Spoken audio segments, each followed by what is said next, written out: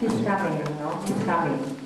But again, maybe he's late because of the traffic. I would like to welcome everybody, and I would like to thank you, especially the parents, for their being very, very supportive, you know. And welcome again to Londonderry. Now is United Nations Day. And we have to welcome also our Master of Ceremony, Mr. Boy Villasanta. Oo, meron yan. Aking opening remarks because I have my closing remark. Okay, thank you again, especially to our guests and parents. Thank you, Ma'am Laila. And now we're going to hear our kids give their opening number by singing the Wawa song. Slowly. Boy? Ano? Ito na. Pakaya ka na. Ikaw na. Ay, hold on. Ako na pala. Lumapit ka, hindi makukuha yan, Jojo, ng malayo.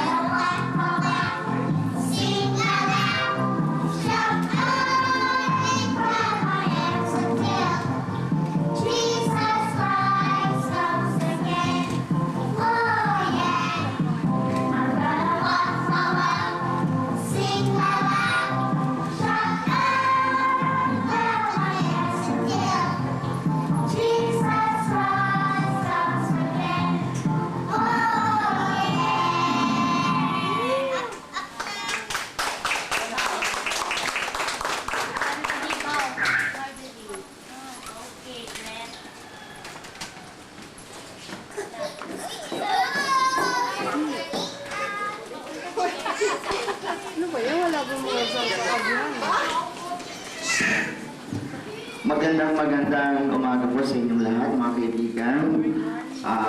Ako ang inatasang maging MC ngayong umaga nito, pero lahat ng dahilan ay maibigay ko, pero ang masasabi ko, I'm very sorry. Pero tuloy ang ligaya ngayong araw na ito ng United Nations Week sa pagdiriwang po ng napakahalagang araw sa buong mundo at dito sa Londonderry School ay nagdiriwang din tayo siyempre ng napakakulay na okasyon ito ng pagkakaisa ng lahat ng bansa sa buong daigdig. At nakita ko kahit napakapyaw lang yung opening number ng mga mag-aaral dito sa Londonderry School at nagpapaalsa yan ng kasiyahan sa gitna ng mga problema natin dito sa ating bansa. At mga kaibigan, ako nga po pala si Boy Villasanta. Ako po ay isang kaibigan ng school principal ng Londonderry at kami po ay isa ang daigdig na ginagalawan. Pero tayong lahat ay magkakasama naman sa daigdig na ito at kami po ay nagkakasama sa pelikula ni Miss Laila D. Ang pelikula naman ay parang eskwelahan din. Kaya ngayon pong araw na to ay nakikiisa kami sa eskwelahan ng London sa pamamagitan ng ating ako na daw pala ang magbigay ng pagpapakilala sa ating panauhing Pandangal. At mga kaibigan, Wala pa si Angelica dun.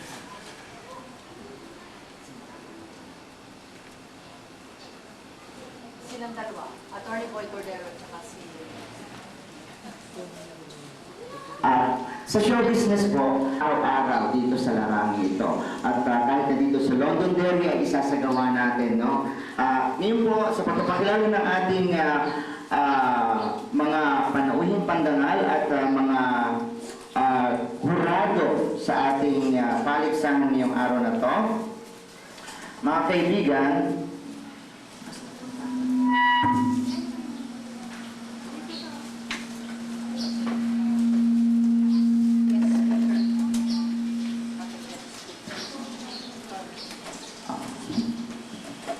mas kilala mo siya, binibining lalim. Kaya ikaw magpakilala. Binibigyan kasi kita ng ng mahabang exposure dahil late ka. But anyway, ang ating po guest speaker for today at pagbibigay sa atin ng inspirational talk, di ba? Siya po ay isang abogado at siya rin po ay naging konsihal ng Lipa City. Yan po ang aking probinsya. At siya po ay marami pang mga naging presidente ng kooperatiba sa Paranaque. Well, napakarami po ng ginagawa ng taong ito. Masyado po siyang busy at marami rin po siyang natutulungan. For the last 10 years po, siya po ay naging konsihal ng Lipa City. At siya po ay walang iba kundi si Attorney Efren Cordero. Palakpakan po natin si Attorney Efren Cordero. Thank you very much, Mr. Eddy, Mr. Villasanta, the Master of Ceremony, to the parents here and friends and relatives and all students of Londonderry School. Ang naatasan sa akin ay tungkol sa pagbibigay ng isang maikling panalita tungkol sa pagdiriwang ng tinatawag nating United Nations Day. Sana narinig ako ng mga bata sapagkat kung pagbabalikan natin ang kasaysayan ng pagtatatag ng United Nations na naganap na ng mga mahigit ng 50 dekada, iyan ay nakatuon sa mga batang nasyon na gaya ng Israel, ng Pilipinas at ng iba pang umuusbong na nagkakaroon ng independensya kasanlinan. We were then a young nation at the time, and it was very fortunate for the Philippines to have a representative in the person of then Ambassador to the United Nations, Ambassador Carlos P. Romulo. Siya ay napaka-talino at sa kanya ay nagkaroon ng kabuuan itong United Nations. Isa siya sa mga kasama sa mga arkitektong nagtatag ng United Nations dahil sa hindi sa siya isang Pilipino, kundi siya ay tanging angking talino sa pagtatatag ng mga fundamentals o ng layunin ng United Nations. Ang layunin ng United Nations ay magkaroon ng kaayusan sa buong mundo, pagkaroon ng pag-aayos ng mga sigalot sa mga pagitan ng mga nasyon.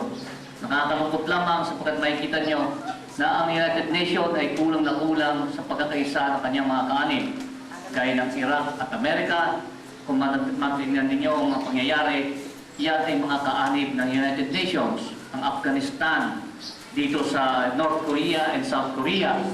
Kaya lahat ng ito ay dapat malaman ng inyong mga anak, ng ating mga bata. Sapagkat ng mga bata tayo, nakasuotin tayo ng ganyan tuwing October ng China as one of the wonders of the world. Sana, dito naman sa atin sa Pilipinas, hindi dapat natin pabayaan ang another wonder of the world. Ang Rice Terraces na ngayon ay nai-erode, napapabayaan dahil mas marami pang importansya ang nangyayari sa ating bansa kaysa ayusin ang ating magandang mga kapaligiran. Same with this. Ang ating mga kabataan ngayon, ang inyong mga anak, ang inyong mga magiging tagapagmana, hindi lamang na inyong tahanan, kundi tagapagmana ng ating bansa, ng Pilipinas, bilang kaanib ng United Nations, ay dapat sila ay makasalimuha sa mga anumang kaganapan sa buong mundo. And to top it all, the world is getting smaller and you and I know it very well. With this computer age that has come into play, yung anak kong grade 6, talo pa ako na daddy niya, si Malir ko, she is chatting with her newfound friends in India. in different parts of the States, in Canada, in Europe, and she does it through internet.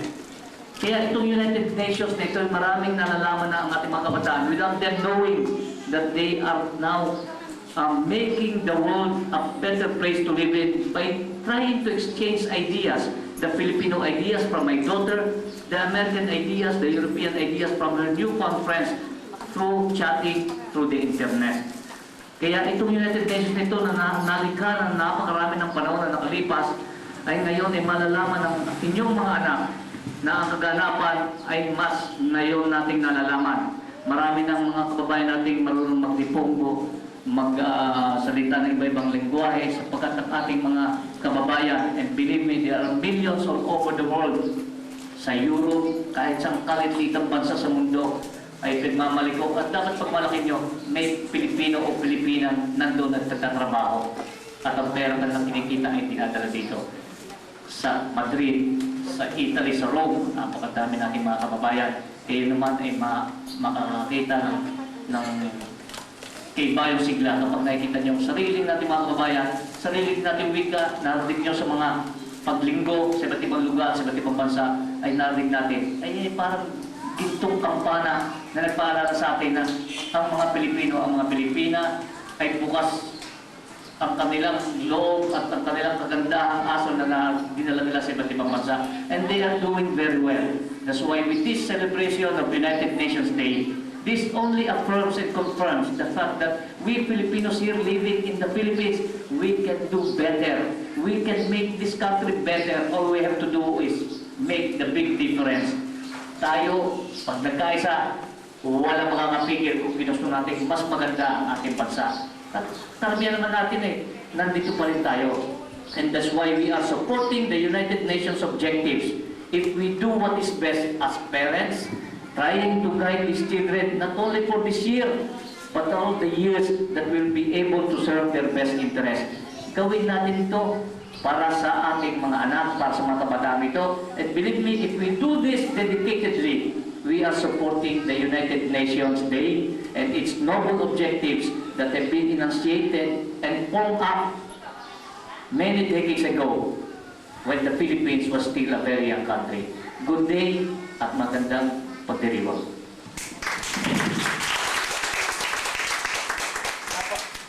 Napaka-inspirational, napakaganda at napaka-makahulugan ng panalita ng ating panahon pandangal. Maraming salamat po, Atty. Cordero, sa pagbabahagi mo ng iyong kaisipan, ng iyong mga karanasan sa mga kabataan, sa mga mag-aaral, sa mga panauhin, sa mga magulang, at sa aming lahat. Maraming salamat po. At ngayon sa pagpapatuloy ng ating palatuntunan mga kaibigan sa pagdiriwang ng United Nations Week dito po sa London Dairy Preschool, atin pong ipapakilala na ngayon ang mga kumakatawan sa mga bansa, mga bata, mga pupil, mga mag-aaral na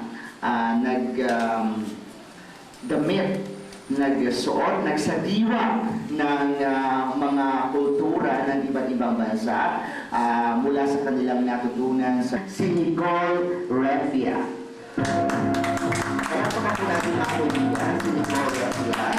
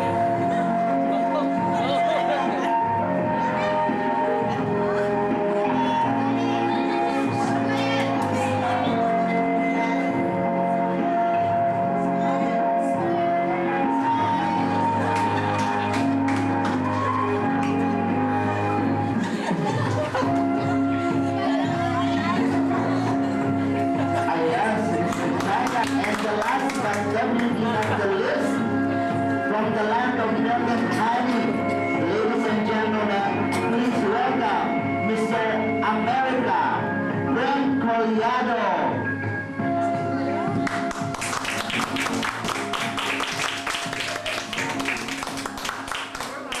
Kaya pa rin si Michael kasi mo doon.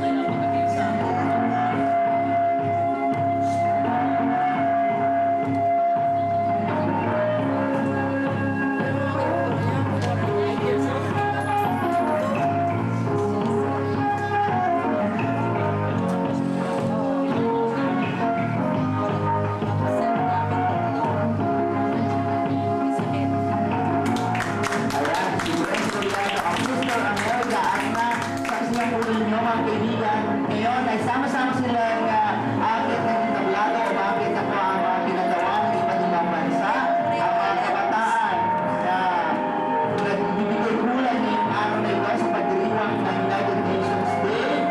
Yan po, si Nicole Rabella. Rabella ang ginagawa ng Miss Philippines, si Michael Allen Batista ang Mr. Israel, si Marjorie Mama Gwen ang Miss India, si Renzo Kindo ang Mr. Mexico, si Jessica Castandero ang Miss China, si Rafael Gonzalez ang Mr.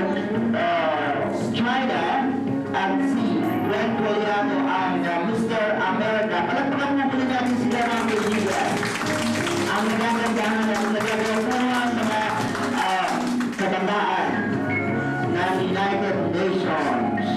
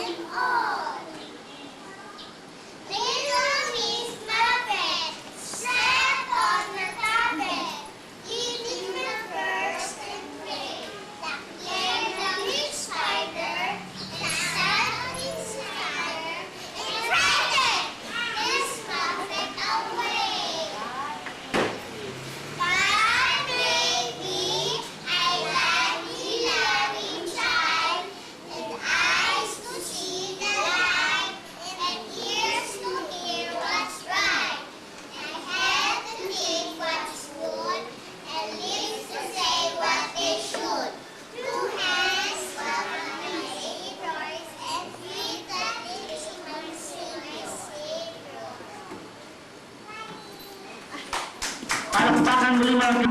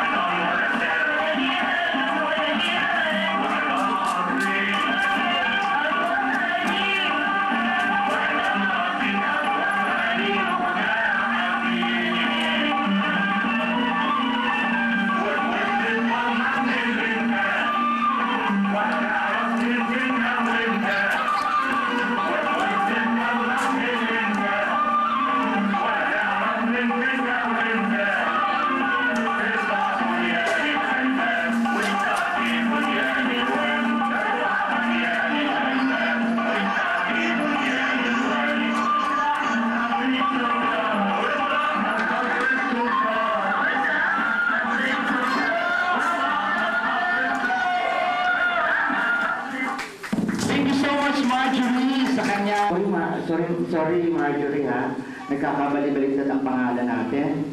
Ha? Sino nagturo sa iyo ng Hindu dance? Mama! Mayroon ba kayong Hindu, dugong Hindu? Yung mayroon bang taga-India sa pamilya ninyo? Opo. Sino? Si mama ba? Ma. Ay, talaga. So, magkasama namin sa mama ko sa pagtuturo ng Hindu dance at saka pagtuturo ng mga ugaling Hindu. Salamat. Salamat, Mami. May alam ka ba ng salitang Hindu? Opo. Ano salita yan? Alam mo? Sabihin mo nga sa kanila, sa mga sa teacher, sa mga teacher natin, sa kay Miss Laila D, sa principal nyo, sa mga panauhin natin, sa mga kaibigan mo. Sabihin mo nga sa kanila, dito sa microphone, yung alam na salitang Hindu.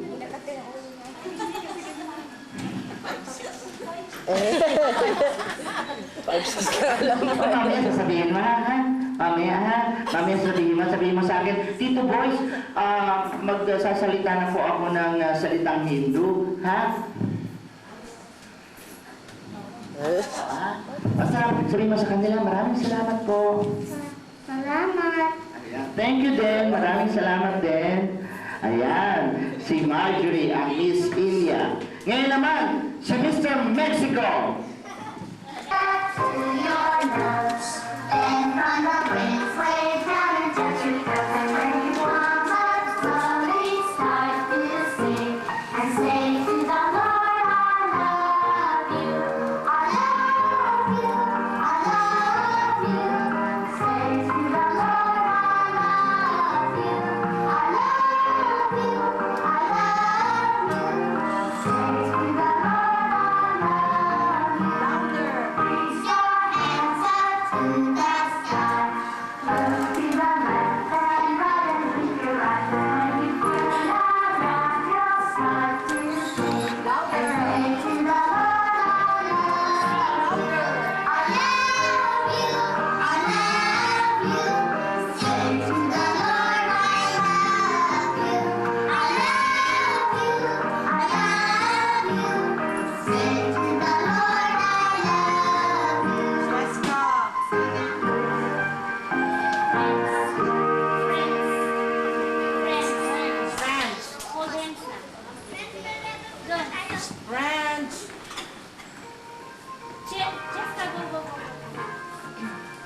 Isa po uling masigabong palakpakan sa ating mga mag-aaral ng Londonderry Preschool. Kay Brent, kay Rafael, kay Michael, kay Marjorie, kay Nicole, kay Renzo, kay Cheska. Huwag malikot!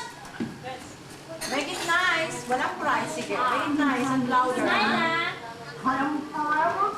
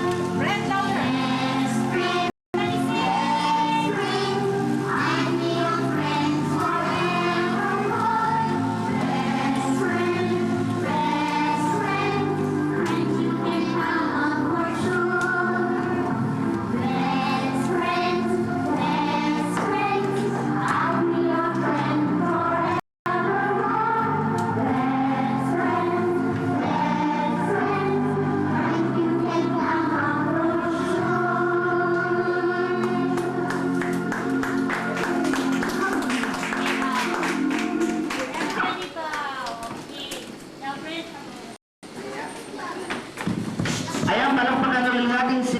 Around the country, but abroad as well. Our spirits are dampened this morning. Thank you very much. Thank you very much to the good Lord for sparing us the evil in the midst. We have sinned into chasm of our pretty and little smart boys and girls who have shown their dancing, acting, and singing talent to the fullest of at least present the joyful and optimistic side of us during the troubled times. Londonderry School, therefore, maintained the universal vision of internationalism, whereby we seek excellence of art with our counterparts in other places of the earth. Thus, Londonderry School, we at the Londonderry School attempt to classes in society. We are happy to announce that we are successful in bringing forth such mission, especially at this very essence of the world-class learning, wherein empirical improvement is the most thrust. This is not only because we celebrate one of the most significant occasions in the world. The United Nations, we but more, or more so, we live in the world reduced to a small village, tourism, loving people wins for. In this case, a democratic and liberal education help to heartily approve Hussein and his democracy in action. Whereas to our dear parents and to the teachers who have been working so hard, to have a very good result of this United Nations program. Ay mayroong mga pangunahin. Pero lahat sila ay nagbigay ng kanilang makakaya, pamalas ng kanilang mga magagandang mga natutunan sa Londonderry Preschool at ang kanilang mga karanasan din sa kanilang mga sarili-sariling tahanan. Reflection lamang ng ng buhay sa ating lipunan, di ba mga kaibigan? Kaya palagpakan muli natin silang lahat. Si Brent, si Rafael, si Renzo, si Michael, si Marjorie, si Nicole at si Cheska. ang ating mga pogi at magagandang mga chikiting United Nations Suite dito sa Londonderry Preschool. Kung ako lang mo sana ang magdidesisyon, ikasuggest na po ako dito. Gusto ko sana silang bigyan lahat ng premyo. Lahat ay may kanya-kanyang katangian, lahat ay may kanya-kanyang dating. Kaya lang ang school ay may alatuntunin at saka dalawa lang po ang binibigay na premyo. Ang best talent at saka yung best costume. Sa best costume, hindi lang tinitingnan ang damit, ang panglabas na anyo. Kasama rin doon yung itsura, yung mukha, yung attitude, yung galaw, yung kilos, at saka yung bansa at kultura ang kanyang nire-represent. So sa best costume, napag-ausapan namin, the best costume goes to, teka muna, unahin muna natin yung mga hindi mananalo. Meron tatlong pupils na nagpakita ng kanataralan. Sila yung natural, na hindi pa sila naapektuhan, maski ng mga tinuturo ng mga guru nila. Sumusunod sila, pero makikita mo sa kanila na natural pa rin sila kung gumalaw. Ang tatlong yun ay ang Miss Hawaii, si Cheska, si Michael, ang Mr. Israel, at saka ang Mr. Mexico, Renzo. Sila pa yung talagang batang-bata pa. Hindi sila nagpapapekto kung ano yung kanilang kapaligiran. Basta gagalaw sila, ayon sila sa gusto nila. So, dahil lahat sila ay may kanya-kanyang galing, lahat sila ay may consolation prizes. Kaya lang, meron talagang dalawang winners. Kung originality naman ang pagbabatayan, the most original ay ang Miss India, si Marjorie. Marjorie ba? Tama ba? Marjorie. Miss India is Miss Originality. So, we will now goes to diba? Pagdating pa lang sa rate, alam mo ng China siya. Pati ang galaw, pati tsura, pati ang... Rafael Gonzalez, napaka-Spanish na pangalan from Mr. China. Okay. Best costume. Pati mukha, China. Diba? At ang magbibigay nito ay ang ating principal na Mr. Laila D. Para sa kanyang pandango sa ilaw.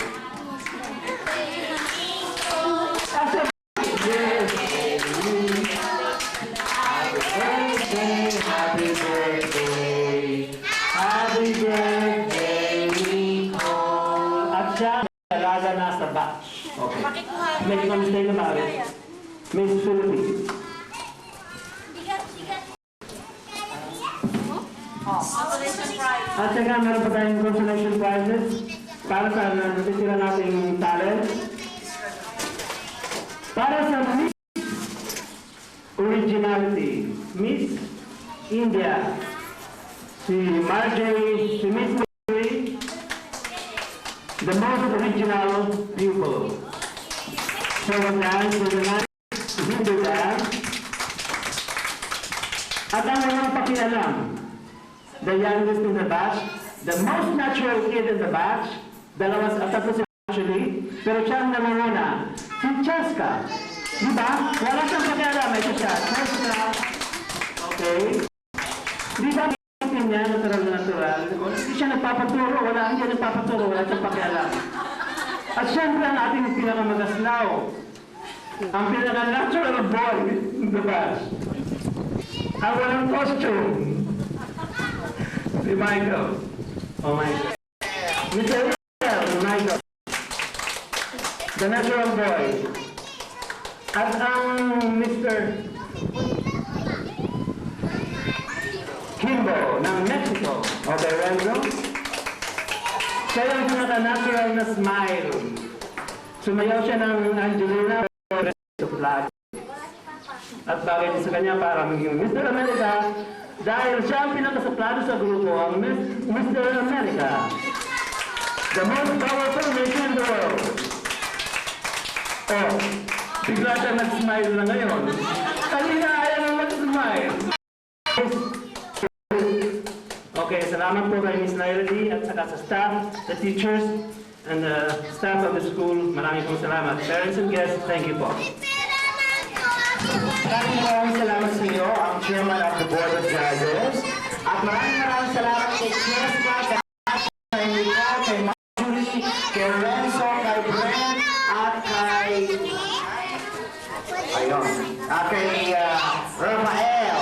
Maraming salamat sa inyong partisipasyon ngayong araw na ito, ngayong umaga ito sa Londonderry Preschool. Sa pagdiriwang namin, mabuhay tayo lahat at mabuhay ang United Nations. Sana malutas ang mga problema ng daigdig kahit napaunti-unti lamang upang ang kabataan, ang ating mga anak ngayon, ang sumali sa United Nations Week ay magkaroon ng mapayapa at magandang kinabukasan sa maraming salamat po sa inyong lahat. Sa mga guro ng lahat, maraming salamat po at magandang umaga. I, President of the Right, just say our prayers, amen. We thank you, Lord, for the success of this program. People that we are happy. We enjoy every part of it, and we are grateful to you, Lord. Thank you also for the food that we are about to share. May you bless it and our conversation.